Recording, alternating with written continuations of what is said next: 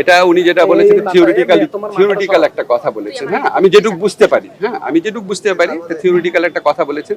Theoretically তো যখন একটা দলের কার্যক্রম কিছু সময়ের জন্য ব্যান করা হয়, তো থিওরিটিক্যালি ওই ব্যানটা আপনার পার্মানেন্ট কি পার্মানেন্ট না সেই ধরনের প্রশ্ন থাকে। কিন্তু বাস্তবিক অর্থে আওয়ামী লীগের কার্যক্রম নিষিদ্ধটা উজ্জ্বল হবে এই ধরনের কোনো সম্ভাবনা আমি দেখতে পাচ্ছি না, আমি অন্তত দেখতে পাচ্ছি না। বরং আমি যেটুকু জানি যে আমাদের আন্তর্জাতিক অপরাধ আদালতে যে প্রসিকিউশন টিম আছে সেই টিমের পক্ষ থেকে সংগঠন হিসাবে আওয়ামী লীগের বিচার চাওয়ার একটা পদক্ষেপ বরং নেওয়া হচ্ছে। কাজেই এই মানে নির্বাচনের আগে তো দূরের কথা, অদূর ভবিষ্যতে আমি আমার পর্যবেক্ষণ থেকে যেটুকু বুঝি আর কি, আমার ধারণা আওয়ামী লীগের কার্যক্রম এটা আপনার যে নিষিদ্ধ হয়েছে এটা উজ্জ্বল হওয়ার কোনো সম্ভাবনা নাই বাস্তবিক অর্থে। আমাদের প্রধান উপদেষ্টা যে ইন্টারভিউটা দিয়েছেন ওইখানে ওনাকে প্রশ্ন করা হয়েছিল যে এত মানে নির্বাচনে দেরি করা হচ্ছে না। কিছু মানুষের তো নির্বাচন নিয়ে সবসময় যে কোনো ব্যাপারেই পলিটিক্যাল মতানৈক্য থাকে। কেউ কেউ মনে করেছে আরও আগে নির্বাচন দিয়ে চলে গেলে ভালো হতো, কেউ কেউ আবার বলেছে সরকার, আপনারা জানেন কোনো সময় বলেছে, এটা মিথ্যা কথা না, যে সরকার আরও অনেক দিন থাকুক, সংস্কার করুক।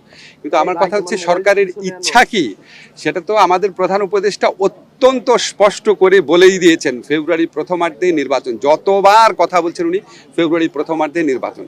তো ফেব্রুয়ারি প্রথমার্ধে নির্বাচনের পরে 1 সেকেন্ড 1 মিনিট 1 ঘন্টাও থাকার ইচ্ছা আমাদের নাই। যত তাড়াতাড়ি সম্ভব আমরা স্মুথ ট্রানজিশন অফ পাওয়ারে প্রথম থেকেই বিশ্বাস করতাম। আমাদের শুধু দুইটা চিন্তা ছিল যে আমরা নির্বাচনের আগে বিচারের যে দৃশ্যমান অগ্রগতি বা সংস্কারের দৃশ্যমান অগ্রগতি সেটুকু যেন একটু হয়ে যায়, কারণ অনেক মানুষ জীবন দিয়েছে, অনেক স্যাক্রিফাইস এখানে আছে।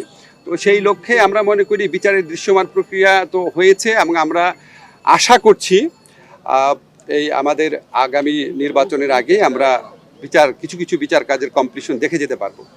তারপর সংস্কার কাজে আমি আপনাদের অনেকবার বলেছি, গণমাধ্যমে বলেছি, আমরা কিন্তু অনেক সংস্কার করেছি। যেমন আমি বিনয়ের সাথে বলি আপনাদের, আমার মন্ত্রণালয়টা আমার সবচেয়ে বেশি মনে থাকে এজন্য বলছি, আমরা শুধু আইন মন্ত্রণালয় প্রায় 9 থেকে 10টা বড় ধরনের সংস্কার করেছি। যেমন আপনারা জানেন বাংলাদেশে প্রথমবারের মতো সিভিল কোড আর ক্রিমিনাল কোডকে কার্যাবলী সম্পূর্ণ আলাদা করা হয়েছে। তারপর হচ্ছে আমরা লিগ্যাল এইড সার্ভিসের সম্প্রসারণ করেছি, বাধ্যতামূলক লিগ্যাল এইডের সিআরপিসি অ্যামেন্ডমেন্ট করেছি, সিপিসি অ্যামেন্ডমেন্ট করেছি, আমরা অনলাইন বেল বন্ডের ব্যবস্থা করছি। তো আমরা আপনার স্পেসিফিক আপনার ক্রিমিনাল কোড শুধু একটা কোড শুধু বিচারই করবে, এই ধরনের কিছু কিছু পদক্ষেপ নিয়েছি। বিচারিক পদ সৃজন আর সরকার করবে না, এটা সুপ্রিম কোর্ট করবে, প্রধান বিচারপতি করবে, সেটা আমরা করেছি।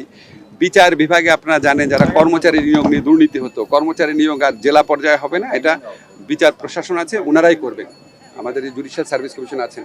আমি আপনি এক্সাম্পলগুলো দিলাম বোঝানোর জন্য যে অনেকে মনে করে আমরা কি ঐক্যমত কমিশন সংস্কার নিয়ে আলাপ করছি, এই জন্য কি সংস্কার কাজ কি এখন পর্যন্ত থেমে আছে কিনা? সংস্কার আমরা করছি।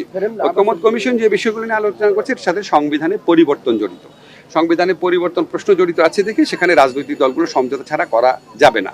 কিন্তু সাধারণ অধ্যাদেশ দিয়ে বা সরকারি আদেশ দিয়ে যেগুলি করা সম্ভব সেগুলি আমরা বেশ অনেক সংস্কার আমরা করে ফেলেছি। বাকি যেটা আছে সেটা ইনশাআল্লাহ ফেব্রুয়ারির আগে আমরা উল্লেখযোগ্য অগ্রগতি সাধন করতে পারবো। আর আপনি পাহাড়ের ব্যাপারে যেটা বলেছেন ভাই, অত্যন্ত বিনয়ের সাথে বলি, এটা খুব স্পর্শকাতর বিষয়। এই বিষয়ে আমার কোনো এক্সপার্ট নলেজ নাই, অনেক সব বিষয় তার থাকার কথা না। তবে আমি একটা জিনিস জানি, আমাদের সরকারের মধ্যে একটা প্রচণ্ড ইনক্লুসিভ একটা অ্যাটিটিউড আছে। আমরা সবাইকে নিয়ে শান্তিতে সমৃদ্ধির সাথে নিরাপদে বাস করতে চাই। এখানে যে ভেদাভেদের বিভিন্ন দেয়াল তুলে দেওয়া হয়, আপনার পাহাড়ি বাঙালি বলে বা আপনার হিন্দু খ্রিস্টান মুসলমান বলে, আমরা যেটা বুঝি আমাদের অ্যাপ্রোচটা হচ্ছে সবাই বাংলাদেশের নাগরিক। বাংলাদেশের নাগরিক হিসাবে সবার যেমন সমান অধিকার আছে, শান্তিতে সম্প্রীতির সাথে বাস করার, নিরাপদে বাস করার অধিকারও সবার সমান আছে। এবং এটার পিছনে যারা বাধা হবে তাদেরকে আমাদের আইন শৃঙ্খলা রক্ষাকারী বাহিনী আইন মোতাবেক তাদের বিরুদ্ধে সমভাবে ব্যবস্থা নিবে এবং আমরা চেষ্টা করব সবাই নিরাপদ থাকার জন্য। এটুকু আমি বলতে পারি।